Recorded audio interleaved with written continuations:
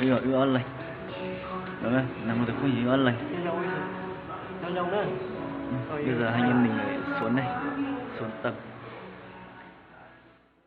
Đây, bây giờ anh em mình chuẩn bị xuống. Đó, cho chúng ơi, nào. Yêu ăn lành này. Xuống tầng. Nó nè. Chúng là những gì thăm máy này. Nó nè, yêu ăn lành nó nè. Ấn đi, ấn tầng 9 đi, ấn tầng 1 đi. Ấn tầng 1 đi. Đấy. Rồi nữa. Chứ này nó là cái tròn răng rẻ nè. Nó nữa, rẻ nữa. Tầng 1 này. Tầng 8 này.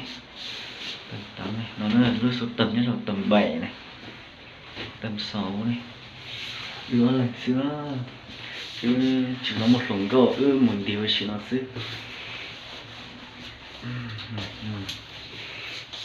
Đây, tầng 1 rồi. Đấy, chảy luôn. Nó này, đưa tận này.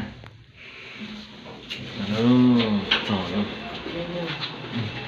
Bây giờ này sẽ để này. Tại lò nữa. Ôi nhá sổ. Tại lò này. Ôi nhá sổ tần ô nữa. Từ từ xe đóng.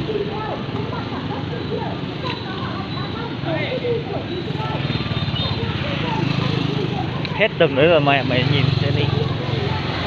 Đúng không? Có tầng cây nữa mà mình đang ở tầng cây đó mà. Thế là sao mình không lên từng cây nhỉ? Quên nhỉ? Tầng cây đẹp hơn.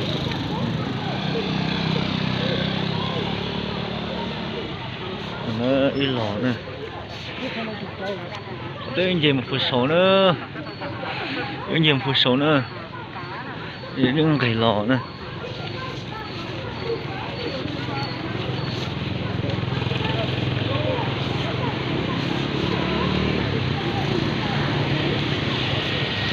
Nó đi cái lúc kia tầm gì cái lúc kia nữa còn tầm rộng hơn nữa mà nhỉ.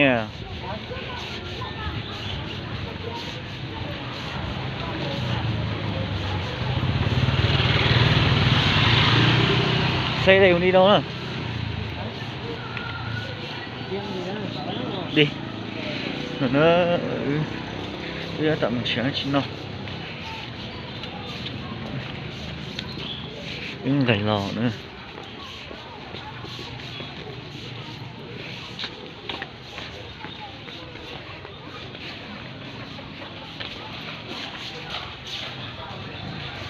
Đấy,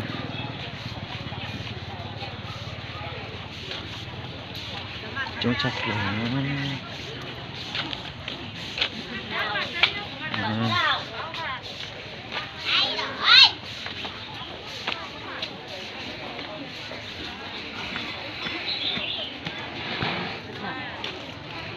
trong này đi.